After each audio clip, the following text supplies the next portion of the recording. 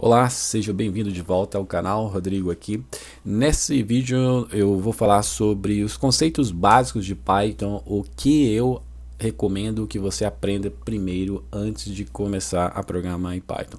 Existem 4 razões para por que, programar em Python e eu vou falar cada uma delas aqui nesse vídeo para você, ok? Bom, qual que é a razão número 1? Razão número 1 para programar em Python, o que eu recomendo você começar a programar em Python. Porque Python é uma linguagem muito simples de se aprender, né? E é uma das linguagens mais populares do mundo.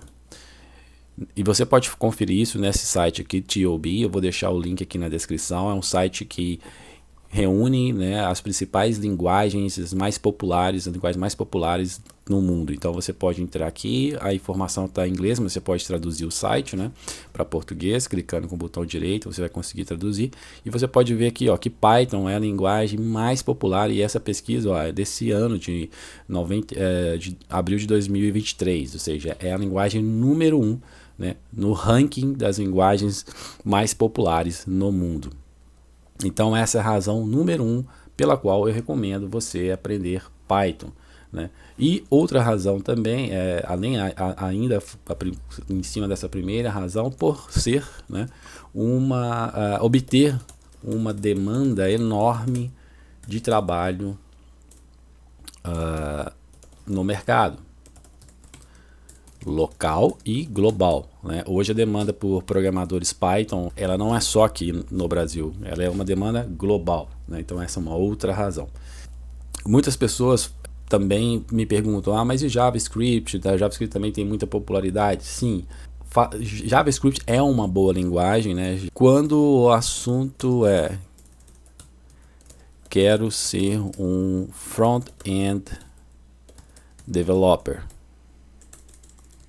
Ok? Então, se o seu objetivo é começar entrar para o mercado como um programador front-end, ou seja, desenvolvendo soluções para aplicativos e sistemas web, né? Então, JavaScript é uma boa linguagem para começar, porque ela é uma linguagem também muito simples, mas se você quer trabalhar com inteligência artificial, né? AI, né? Artificial Intelligence, né? Machine Learning, Deep Learning, então Python é uma das linguagens mais poderosas do mercado para este nicho, né, de mercado, ok? Então por isso que se você quer trabalhar como back-end developer, né, back-end developer, ou atuar, né, né, em alguma das áreas que eu citei aqui acima. Então, Python é a linguagem que você deve aprender. Legal? Razão número 2. Porque eu recomendo você aprender Python. Quando o assunto é Data Analytics, como eu falei, Data Science, ou, né, Deep Learning, ou Machine Learning, novamente, Python é a linguagem a se aprender. Ok? Porque Python hoje é a linguagem mais poderosa para isso, ok? E principalmente, né, por ter uma sintaxe, as sintaxes são muito simples. Razão 3. Calma que daqui a pouco eu vou entrar no código, nós vamos fazer alguns programas e vamos testar, vamos, né, começar a realmente programar em Python. Eu vou explicar as principais estruturas que você precisa conhecer em Python se você quer começar a programar em Python, tá bom? A terceira razão são as bibliotecas de Python, as famosas libraries. Qualquer coisa, basicamente qualquer coisa que você pensar em fazer em um dos seus programas, provavelmente alguém já construiu esse código e esse código está disponível em alguma biblioteca, em alguma library, e você precisa simplesmente importar essas bibliotecas com as funções, objetos que já estão ali dentro e reutilizar em seus programas. Você não precisa criar do zero, então você simplesmente importa essas bibliotecas, né, com suas funções e objetos para então reutilizar em seus programas, ok?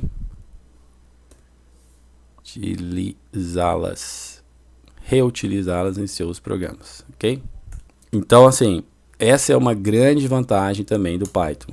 Você não precisa criar do zero a maioria das coisas.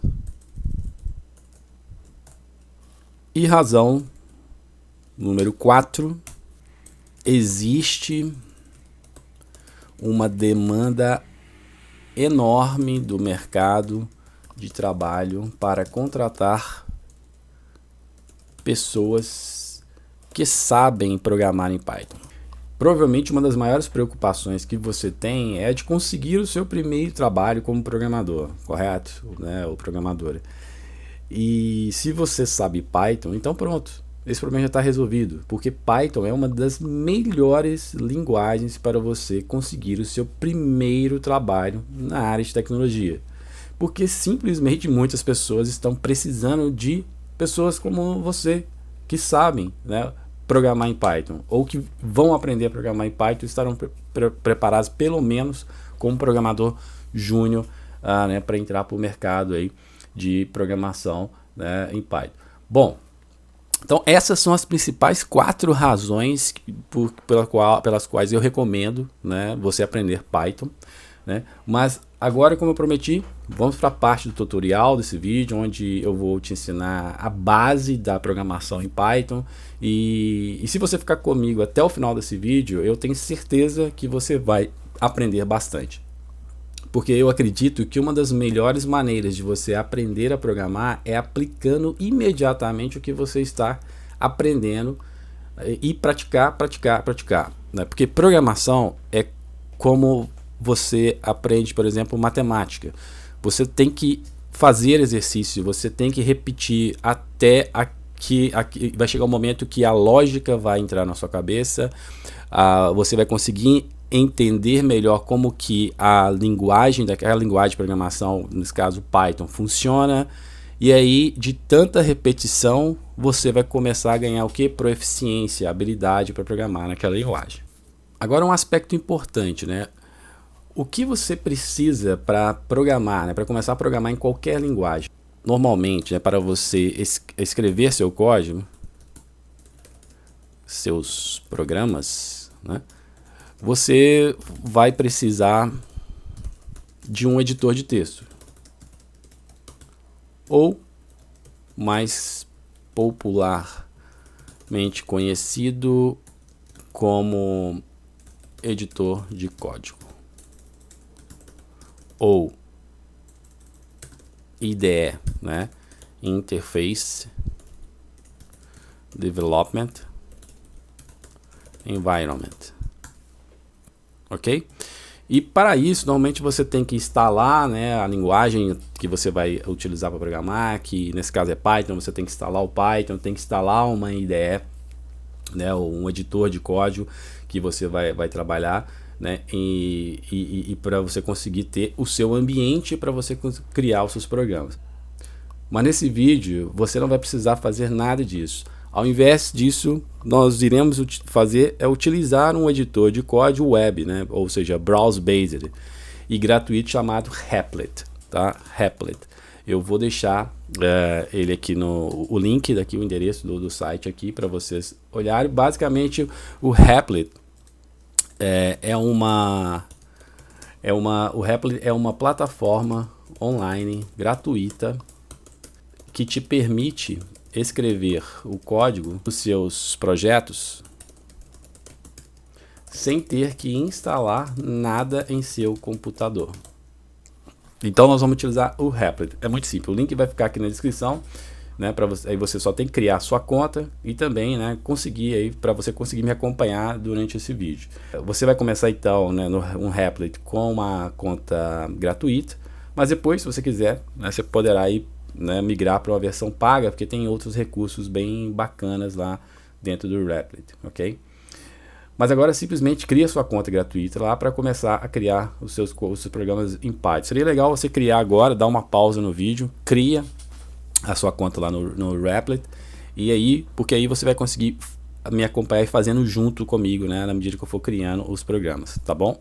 Então vamos lá agora, vamos dentro do Replit, vamos começar a criar nossos primeiros programas em Python lá. Bom, quando você tiver com a sua conta criada aqui no Replit, você simplesmente vai vir aqui, vai clicar em Plus Create Replit, e aí você vai escolher, né, a linguagem. No caso nós vamos utilizar aqui Python. Vou dar um nome para esse programa, né, eu vou chamar de tutorial número 1, ok? Então depois de você der um nome, clique em Create Replit. Ok, uma vez que você criar o seu projeto aqui dentro do Replit, ele vai abrir esse ambiente aqui, e essa janelinha aqui, o Ghostwriter, você pode fechar, não precisa preocupar com isso agora. E ele vai manter aqui o console, né? Basicamente, o que acontece? Aqui nesse lado esquerdo é onde nós vamos escrever nossos códigos, e aqui né, no console é onde nós vamos ver o resultado do código que a gente executar aqui. Legal? Então vamos lá. Primeiro comando que você precisa, né, aprender numa linguagem de programação é como dar hello ao mundo com ela, né? Então, para isso, quando você quiser enviar uma mensagem para o usuário ou para o console, você pode usar a função interna, do Python, né, chamada print, né, que ela vai imprimir, né, na tela, né, do seu aplicativo, da sua interface web, ou até mesmo aqui nesse caso no console, uma determinada mensagem que você quiser. Você precisa passar esse parâmetro da mensagem usando aspas simples ou aspas duplas, tanto faz, né? Então eu quero que ele imprima uma determinada mensagem no console, basta digitar a mensagem, por exemplo, Python, o que eu aprenderia primeiro. Legal? Quando eu quiser executar qualquer código aqui dentro do meu editor de código aqui, nesse caso é Replit, basta eu clicar aqui em Run, né? Eu estou usando o Mac, também eu posso clicar em Ctrl mais Enter, ele vai executar. Então se eu clicar aqui em Run, ele vai executar essa linha de código e vai mostrar aqui o resultado do que meu programa executou. Então, do que o programa fez. Então, nós aqui acabamos de criar o nosso primeiro programa em Python, que é simplesmente uma mensagem que a gente está mandando para a tela, né? Passando aqui como parâmetro para essa função interna do Python print uma string, né? Uma sequência de caracteres que ele recebeu e ele passou para, né, o console, né, no caso aqui dentro do Replit. Ok, agora eu também posso pedir para imprimir não somente caracteres, né, posso também pedir para imprimir números, por exemplo, print 10. Então o que vai acontecer se eu rodar aqui agora, ele vai mostrar as duas mensagens, né, Python mais com a mensagem que eu mandei e 10. Por quê? Esse valor aqui é um valor inteiro, então existe uma coisa chamada em Python data types, ou seja, o que é data types, né? É tipos de dados.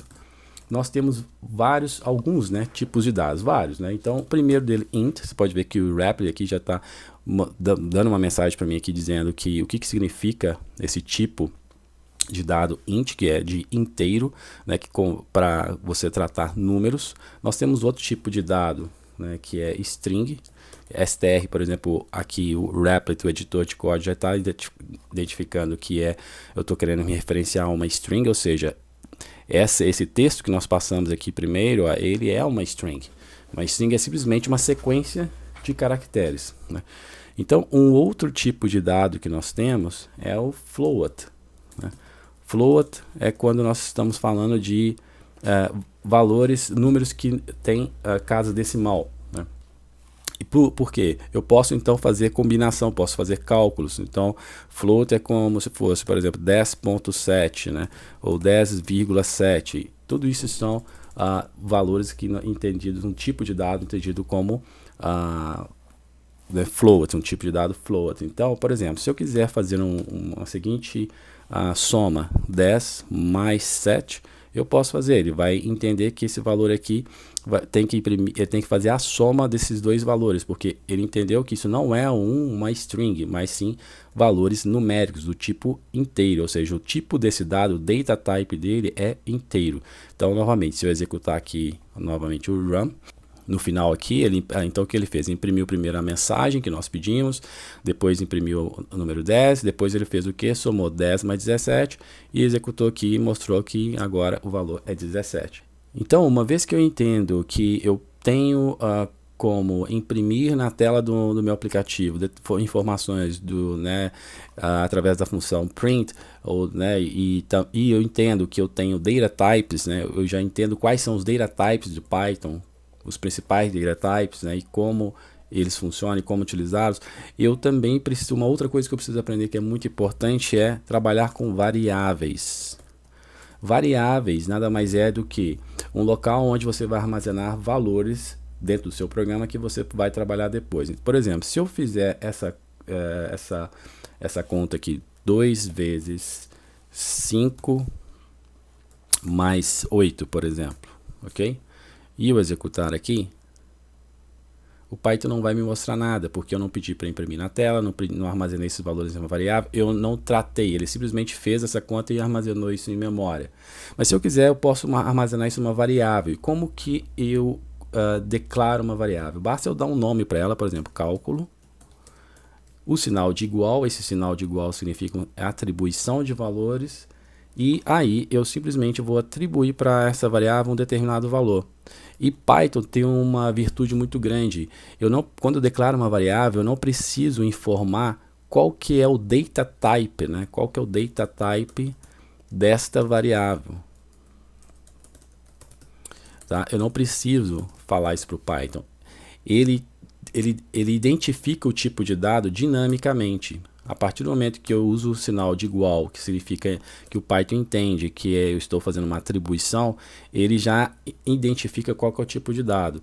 Então isso significa que se eu agora usar a função print para imprimir, né, para me mostrar na tela o valor que tem dentro dessa variável, que essa variável cálculo está armazenando, ele vai me mostrar, independente de se eu atribuir aqui depois um valor string. Então se eu executar aqui, ele vai me dar o valor correto, lá 18. Da mesma forma, se eu coloco aqui um valor string, ele também vai entender e vai me mostrar na tela.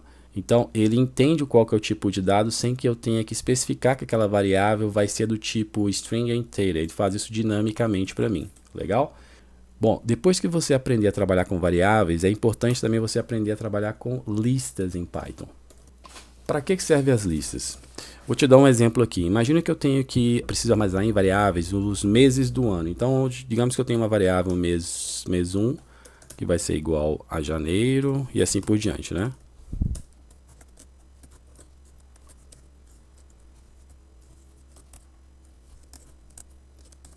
Só que ao invés de eu ter uma variável para armazenar o nome de cada mês, eu poderia ter uma única variável chamada meses e dizer ao Python que essa variável vai ser do tipo lista. Como? No momento que eu informar aqui na frente do nome dessa variável, colocar igual e um colchete abrindo e o outro fechando, ele já vai entender que eu quero trabalhar, que aquela variável vai ser do tipo lista. E aí nessa lista eu posso ter o que? Uma lista de valores de quaisquer tipo, onde eu vou interagir com essa lista ao longo do meu programa.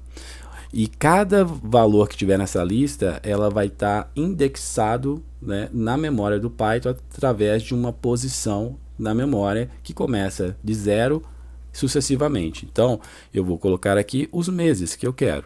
que vão ser os valores da minha lista. Então, janeiro.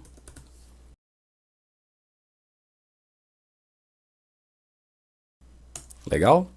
Então, e agora eu tenho em uma única variável, ou seja, do tipo lista, todos os meses. Então, a lista serve para isso, para eu ter ali um vetor com vários valores e durante o programa, dentro do programa, eu vou interagir com esses valores. E, novamente, para você entender como que funciona esse posicionamento dos valores dentro de uma lista, vou usar novamente a função print. Vou passar como parâmetro a variável meses. E para eu acessar um determinado valor da minha lista, basta eu colocar a posição do que ele se encontra. Por exemplo, se eu quiser acessar, se eu quiser mostrar apenas o mês de março, basta eu colocar aqui a posição dele. Como eu disse, o vetor, sempre, né, as listas, o vetor começa na posição 0. Então, o março, a posição dele vai ser 2, porque janeiro é 0, fevereiro é 1, março é 2. Vamos testar? Vou colocar aqui, né, mês igual a 2, né, na posição 2, e vou executar o código. Legal, ele mostrou aqui mês de março. Legal? Da mesma forma, se eu quiser acessar a posição 4, por exemplo, ele vai me retornar o mês de maio. Legal? Aqui o mês de maio. Agora, um outro recurso muito importante que eu tenho que aprender em Python é trabalhar com funções. Ok? Para que servem as funções? As funções servem para você agrupar um bloco de códigos que você pode depois reutilizar no seu programa sem ter que reescrever aquele bloco de código todas as vezes que você precisar executar aquele tipo de função.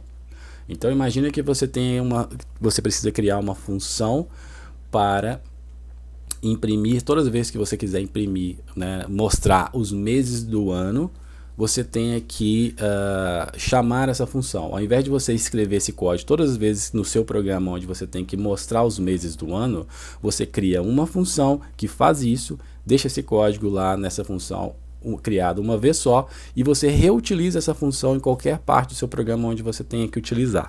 Ok? Então vamos dar um exemplo aqui.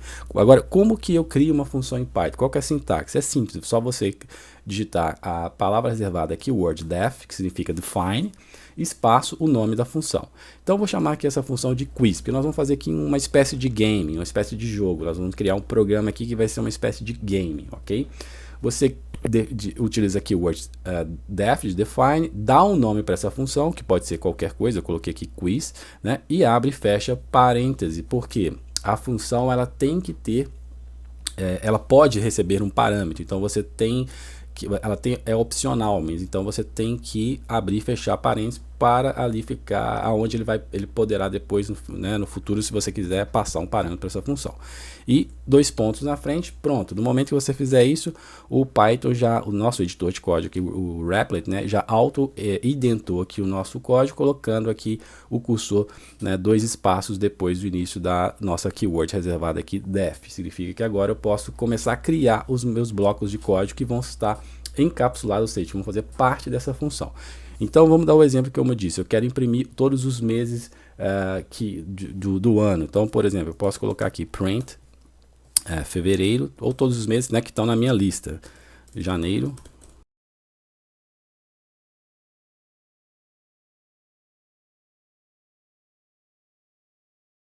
Legal? Então, aqui terminou, digamos que minha função quiz, ela vai ter somente esse bloco de código aqui. Então, ela terminou aqui. Dei 2 enters, ele saiu da indentação, veio aqui para o final, tá vendo? Tá alinhado com o início do D aqui de def, da declaração da minha função. Então agora eu vou chamar essa função. O que acontece? O Python o compilador dele, né, o interpretador, ele vai passar aqui, vai criar essa função, vai executar esses comandos. Só que para ele mostrar no console o resultado da execução dessa função, eu tenho que chamar a função. Então para isso eu vou simplesmente digitar o nome dela aqui embaixo como quiz, né? Letra maiúscula do jeito que tem que ser, né? Porque o Python é case sensitivo, e vou executar aqui em cima. Primeiro eu vou aproveitar e vou tirar aqui esse print para não poluir, né, aqui o nosso console, ok? Run. Legal, tá vendo? Ele imprimiu do jeito, ele executou a função. O Python passou aqui, chamou essa função e ele executou esse bloco de código. Agora, um outro recurso importante que nós precisamos aprender em Python é trabalhar com comandos de repetição, como por exemplo, ok? Então vamos usar a mesma lógica aqui nessa função de imprimir todos os meses, porém vamos usar o comando for para a gente economizar linhas de código. O for ele é um comando que ele executa em uma estrutura de código em laço. Então ele varre uma determinada lista de valores e executa o comando, né, o que você precisar que seja executado dentro daquela estrutura de loop. Então, por exemplo, nesse caso aqui nós podemos fazer o seguinte: a sintaxe do for é muito simples. For, aí você tem que dar para ele um índice, onde esse índice vai ser o que vai te retornar a posição, né, da lista, do valor que ele está interagindo com aquela lista. Então você pode chamar essa variável de x, de y, de qualquer coisa. Eu vou colocar aí porque é de índice, né? For i in range, por exemplo, eu vou colocar aqui 100. O que vai acontecer? 2 pontos, né? A partir daí eu começo a escrever o bloco de código depois, né, dos 2 pontos, que vai estar dentro do laço, da estrutura de laço do for. Eu quero que ele imprima, né, o que está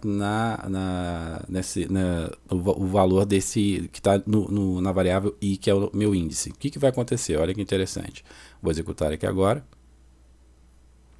Ele imprimiu aqui, ó, de 0, né, até 99, ou seja, imprimiu todos os valores de 100 vezes aqui. Eu poderia colocar 1000, né, só para você ter uma ideia do conceito da estrutura de repetição. Então, ele fez uma varredura no vetor que começa na posição 0, vai até a 99 e imprimiu a posição de cada um desses vetores, o valor que está na posição de cada um desses vetores, ok? Da mesma forma, eu poderia fazer aqui, eu poderia interagir com essa minha lista aqui, essa variável meses. A minha variável meses, ela tem quantos valores? Ela tem 1, né? Começa a posição 0, então 0, 1, 2, 3, 4, 5, 5. Então, se eu colocar aqui o valor 5 agora e pedir para ele imprimir, ao invés de i apenas, mas eu quero que ele acesse a minha lista meses e imprima o valor que está na posição correspondente ao índice que o meu, né, for está interagindo agora na minha lista.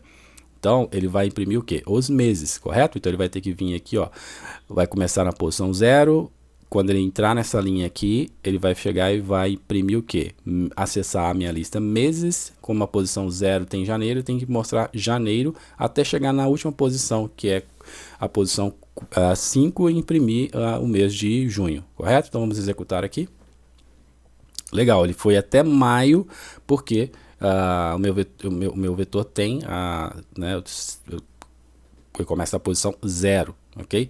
Então se eu quisesse, da mesma forma, se eu colocasse 6, por exemplo, o que ele vai fazer? Ele vai imprimir até o mês de junho, certo? Porque é o último vetor da posição da minha lista aqui dentro da minha estrutura de lista. Então esse é o conceito de utilização de for. Então o comando de estrutura de repetição for é muito importante você aprender a utilizar. Uma outra forma de você utilizar o for também é através de um comando chamado length, ok? Então você pode ter essa seguinte estrutura: for e in a range, e aí eu vou determinar o que? O tamanho, length significa tamanho em inglês. Length de meses, vai dar na mesma, só que eu estou dizendo aqui para ele que qual que é o range, qual que é a faixa de valores que eu quero que ele percorra? O tamanho da minha lista, que é meses. E esse len aqui, ele vai retornar o que? O tamanho, quantas posições tem nessa minha lista aqui. E aí ele vai executar e vai gerar o mesmo resultado. Vou clicar aqui em executar, ele gerou o mesmo resultado, porque essa função len, ela me retorna, né, como eu falei, a quantidade de qual que é o tamanho, né, quantidade de valores que tem dentro de uma determinada variável. Legal? Agora vamos criar o nosso quiz, vai ser como se fosse um game, ok?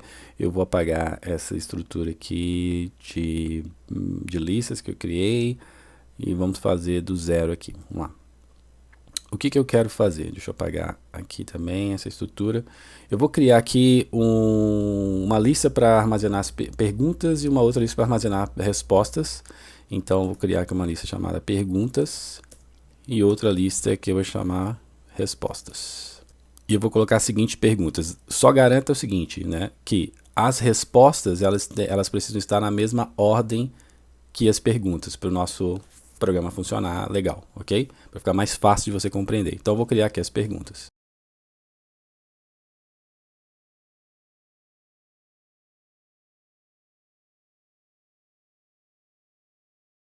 Legal. Agora que eu já tenho minhas duas listas com as perguntas e respostas, lembrando que as minhas respostas elas precisam estar na mesma posição, né, que estão as minhas perguntas, ok? Eu vou criar então aqui um programa para ele fazer perguntas e baseado nas respostas ele vai ter que dizer que se a resposta está certa ou errada. E dentro disso você vai aprender nesse programa outros comandos essenciais que você precisa aprender em Python para você tomar decisões, para o seu programa tomar decisões, ok? São comandos condicionais. Então vamos lá. A primeira coisa que eu tenho que fazer é o que? É varrer as minhas listas de perguntas e respostas, correto? E eu quero depois, detalhe, eu quero dar uma pontuação, né? Dizer quantas, baseado no número de respostas que a pessoa acertou ou errou, eu quero que o meu programa informe quantas perguntas, né? Quantas respostas, né? Ela acertou ou né, das três que nós vamos fazer, das perguntas que nós vamos fazer, legal? Então eu vou criar uma variável aqui chamada, deixa eu ver aqui, pontos. E eu vou iniciar essa variável com valor igual a 0. Ok? Agora eu vou também utilizar o comando for para varrer a minha lista de perguntas. For i in range len, dois pontos, faço o seguinte. Eu vou criar uma variável para armazenar qual que vai ser a resposta que o meu usuário vai informar na tela do meu console aqui, do meu terminal. Para essa variável eu vou chamar ela de resp, vou dar o nome dela de resp, abreviação de resposta, e vou usar a função input do Python. Essa função input é uma função nativa do Python que ela exibe na tela uma determinada informação para que o usuário entre com um dado. Por isso que ela chama input, de entrada de dados. Ela dá ao programa, ao usuário, né, a condição de entrar com uma informação e ela vai armazenar aquela informação que foi informada pelo usuário para que você possa trabalhar com aquele dado dentro do seu programa.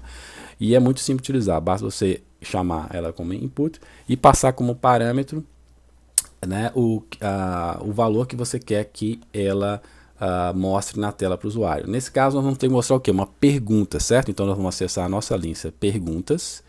E qual que vai ser a pergunta? Vai ser a primeira pergunta do nosso vetor aqui, né, estiver sendo indexado pelo o nosso índice aqui do for. Então, perguntas i, né, mais eu vou colocar esse barra n. O que esse contra barra n vai fazer? Ele vai dar um enter, vai fazer uma quebra de linha para que a pergunta fique na primeira linha e a pessoa digite a resposta na linha abaixo da pergunta. Só para uma questão de estética mesmo, ok? Não é obrigatório esse parâmetro não, tá? Então, essa variável aqui vai armazenar a resposta, legal.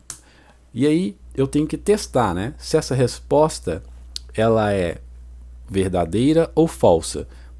Quando eu tiver uma situação que eu preciso testar uma condição para saber se determinada condição é falsa ou verdadeira, eu uso o comando chamado if para testar se determinada condição é verdadeira ou não, ok? Então nesse caso eu vou testar if resposta for igual e o sinal de comparação tem que ser 2 igual, não é só 1, porque 1 igual é atribuição em Python, 2 igual é a comparação de valores. Eu vou testar o que? O valor que ele armazena da resposta aqui com o que está na minha lista de respostas. Então, respostas, certo? Que é o nome da minha lista, igual aí. O que vai acontecer? Ele vai testar, pegou aqui a posição da pergunta 0, por exemplo, que é essa pergunta aqui, quantos dias tem o mês de janeiro, e também vai testar, vai comparar, né, com a mesma, com o valor que está na mesma posição 0, só que da minha lista de respostas, que é este aqui. Então, se a pessoa digitar 31, ele vai dizer que a resposta está correta. Então, a sintaxe do if é if, condição ou condições, 2 pontos, e aí embaixo você coloca o bloco de código que você quer que ele execute. Se a pessoa digitou a resposta correta, ou seja, Se essa condição aqui retornar verdadeiro, significa que a pessoa fez um ponto. Então, pontos vai ser igual a pontos mais 1. Mas em Python também posso fazer essa mesma atribuição da seguinte forma, simplesmente colocando mais, sinal de mais, igual, e incrementar. Sempre que eu quiser incrementar um valor numa variável, eu posso fazer da forma que eu mostrei agora, anteriormente, né? Pontos é igual a pontos mais 1. Ou simplesmente eu posso usar o sinal de mais para incrementar ou menos para diminuir. Então aqui eu quero incrementar um ponto para a pessoa que ela respondeu corretamente, certo? E aí eu quero exibir na tela que a resposta está correta. Então eu vou mostrar essa mensagem. Correto, ok? Por exemplo. Legal? Agora, se a resposta for errada, eu também tenho que informar que a resposta está errada. Para isso, existe um outro comando chamado else, que é um comando condicional também. Se o if tal condição for verdadeira, faça isso. Se não, ou seja, else, caso contrário, faça alguma coisa. Então, else, 2 pontos. E aí eu vou também mostrar na tela que a resposta está errada. Legal? É assim que se utiliza o comando else, o comando condicional if. Aqui termina a estrutura do meu bloco de comando if e else. Agora, significa então o seguinte, quando ele percorrer todas as minhas perguntas, eu quero mostrar aqui também que, quero mostrar uma mensagem aqui de que quando ele terminar de percorrer o for, eu quero que ele mostre uma mensagem mostrando assim quantas respostas a pessoa acertou. Então para isso eu vou chamar novamente aqui a função print e vou utilizar aqui uma seguinte mensagem, respostas corretas, 2 pontos, e aí o total de respostas, né, que a pessoa acertou, que eu estou armazenando aqui nessa variável pontos. Para eu passar essa variável pontos aqui como parâmetro, eu poderia fazer de duas formas. Eu poderia simplesmente concatenar mais pontos, ok? Mas convencionalmente fica melhor eu usar a função de formatação do Python. Basta eu digitar F de format, e aí o Python vai entender que o que eu colocar dentro dessa string entre chaves não é um valor que eu quero simplesmente passar como string. É um valor que está vindo de uma variável, e aí ele vai entender, ele vai concatenar esse valor que está nessa variável na minha string. Então eu abro aqui como F, abro aspas, e passo a string, coloco entre chaves e fecho com aspas novamente aqui, aspas simples, ok? E pronto, ele vai imprimir direitinho, e aqui embaixo eu estou chamando a minha função quiz novamente, tá? Estou fazendo aqui a chamada dela. Vamos executar esse código, vamos ver se está tudo certinho. Legal. O que ele está fazendo aqui? Está me pedindo para responder a primeira pergunta. Quantos dias tem em janeiro? Eu vou dizer aqui que vou colocar a resposta certa, 31. Ele já confirmou, fez o teste aqui, passou aqui dentro, né? E falou, ok, está correto. Qual é o mês das noivas? Eu vou dizer que é maio. Ele, correto também. Qual é o mês da festa junina? Junho. Legal. Correto. Respostas corretas, 3. Agora vamos fazer um outro teste. Vamos colocar vamos responder, né, incorretamente alguma das perguntas. Vou executar aqui novamente. Qual o mês de janeiro? Quantos dias, né, tem o mês de janeiro? Vou colocar 31. Qual o mês da noiva? Vou colocar abril. Errado. Qual o mês da festa junina? Vou colocar julho. Errado. Então acertei uma vez só. Legal? Então esse era o objetivo desse vídeo, te mostrar os conceitos básicos de Python, quais são os tipos de estruturas que você deve aprender primeiro para programar em Python, que são, como eu falei, é importante você aprender a trabalhar primeiro com variáveis, né, data types, listas, comandos de repetição, como if, else, ok? Funções, tá? Então essas são as estruturas básicas essenciais que você precisa aprender. Operadores, como eu coloquei lá, né? Igual de duas vezes, né?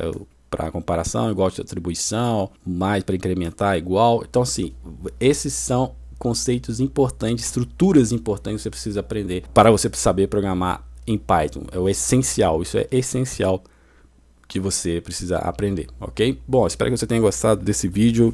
Clique aí, dá um like, e, por favor, para ajudar aqui o canal. E se você não é inscrito, se inscreva aí. E eu sou o Rodrigo, espero que você tenha gostado desse vídeo.